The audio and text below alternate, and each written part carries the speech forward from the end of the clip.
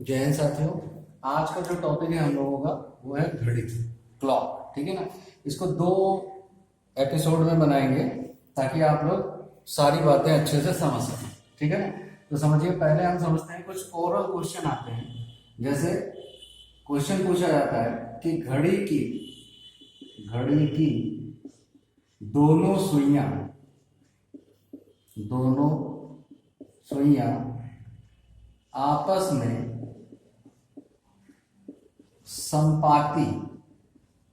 संपाती का मतलब जीरो अंश का कोण है ना। 12 घंटे में कितनी बार बनाएंगी। क्लियर। तो जीरो अंश के कोण का मतलब समझते हैं। जीरो अंश के कोण का मतलब होता है कि घड़ी की दोनों सुइयां एक के ऊपर एक हो, एक दूसरे के ऊपर हो। तो ऐसा 12 घंटे के अंतराल में कितनी बार संभव है। तो आपका आंसर होना चाहिए यहाँ पे 11 बार। क्या आंसर होगा? 11 बार। क्लियर।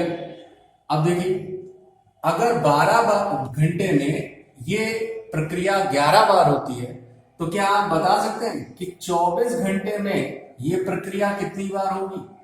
बिल्कुल सही कह रहे हैं आप। 24 घंटे में ये प्रक्रिया होगी कितनी बार? 22 बार। नेक्स्ट क्वेश्चन आता है सेम इसी प्रकार से कि दोनों सुइयां एक दूसरे के साथ लंबवत कितनी बार होगी? लंबवत है ना। लंबवत का मतलब कितने अंश का कोण? 90 अंश का कोण। 90 अंश का कोण 12 घंटे में कितनी बार बनाएंगे? 12 घंटे में कितनी बार बनाएंगे? क्लियर। तो समझिए, 90 अंश का कोण बनाने की पोजीशन 1 घंटे में 2 बार संभव है ना। मान लीजिए जैसे 3 बज रहा है तो एक तो अभी 90 अंश का कोण है, ये दोनों सुइयां एक दूसरे के लंबवत। इसके बाद जब ये सुई यहां कहीं होगी और ये 3 से थोड़ा आगे चली आएगी तब भी तो एक दूसरे के लंबवत होंगी। तो 1 घंटे में यह घटना कितनी बार होती है? 2 बार होती है। इसलिए 12 घंटे में यही घटना कितनी बार हो जाएगी भाई? 22 बार हो जाएगी। 12 घंटे में यही घटना कितनी बार हो जाएगी? 22 बार हो जाएगी। और अगर ये क्वेश्चन आपका आ जाए कि बताइए 24 घंटे में ये घटना कितनी बार होगी, मतलब एक दूसरे के साथ लंबवत घड़ी की दोनों सुइयां 24 घंटे में कितनी बार होंगी, तो आपका आंसर होना चाहिए कि क्या? 44 बार। क्या आंसर होगा? 44 बार। 12 घंटे में लंबवत होंगी 22 बार और 24 घंटे में लंबवत होंगी 44 बार। फिर एक क्वेश्चन पूछ दिया जाता है कि दोनों सुइयां एक दूसरे के विपरीत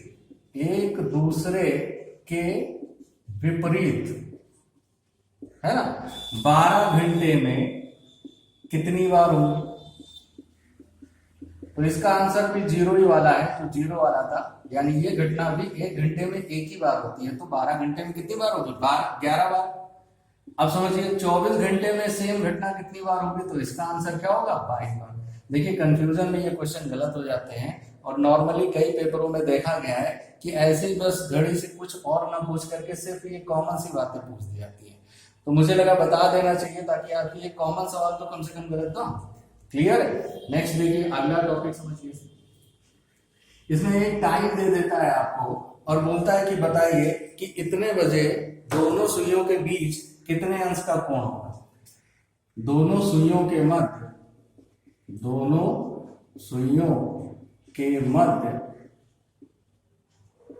कोण कितने अंश का होगा। ठीक है ना। तो ऐसे वाले सवाल कैसे करते हैं जरा समझिए। मान लीजिए आपको एक टाइम दे रखा है 3:20। क्या टाइम दे रखा है?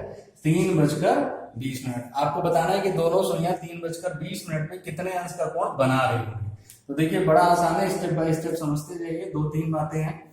पहला, घंटे वाले टाइम में 30 से गुणा करते हैं। दूसरा, मिनट वाले टाइम में 6 से गुणा करते हैं। घंटे वाले टाइम में 30 से गुणा, मिनट वाले टाइम में किससे गुणा करते हैं? 6 से गुणा करते हैं।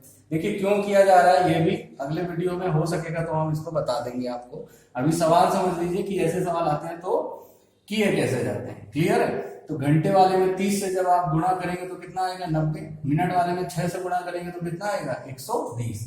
फिर आप क्या करें, मिनट का आधा तो 20 मिनट है, 20 मिनट का आधा कितना होगा 10, इसको आप इसी के साथ जोड़ दीजिए तो कितना आ जाएगा भाई, ये आ जाएगा 100। क्लियर? और ये जो आपने गुणा करके रखा हुआ था इसके साथ इसको घटा दीजिए और आपका आंसर आ जाएगा कि दोनों सुइयों के बीच में कितने अंश का कोण बन रहा होगा 3:20 पर 20 अंश का कोण बन रहा होगा। क्लियर है? नहीं समझ पाए? चलिए समझते हैं जरा, फिर से समझिए। स्टेप फर्स्ट ये क्या कहता है, ये कहता है कि घंटे वाले टाइम में 30 से गुणा कर दें और मिनट वाले टाइम में 6 से गुणा कर दें। क्लियर इतनी बात? अब देखिए स्टेप 2 क्या कहता है। स्टेप 2 घंटे वाले में 30 से गुणा किया, मिनट वाले में 6 से गुणा किया। फिर आपको क्या करना है, घंटे का ये जो गुणनफल आया उसमें मिनट का आधा क्या कर दें, जोड़ दें, है ना। किसमें जोड़ेंगे, घंटे वाले के गुणनफल से जो आया उसमें मिनट का आधा करके क्या कर दें, जोड़ दें। अब स्टेप 3 क्या है, जोड़ने के बाद जो योगफल आया उसको इस गुणनफल से क्या कर दें आप, घटा दें। जो योगफल आया उसको मिनट में जो आपने 6 से गुणा करके रखा हुआ था उससे क्या करते हैं, घटा दें। बस आपका आंसर तैयार है। देखिए फिर समझिए, यहाँ पे घंटे वाले में 30 से गुणा, मिनट वाले में 6 से गुणा करके रख लिया, मिनट वाले का गुणा किया। इसके बाद मिनट का आधा तो 20 मिनट है, 20 मिनट का आधा 10 मिनट, इसको आपने ऐड कर दिया और फिर आपने उस योगफल के साथ इसको घटा दिया। क्लियर है ना? तो आपका आंसर कितने अंश का हो गया, 20 अंश का हो गया।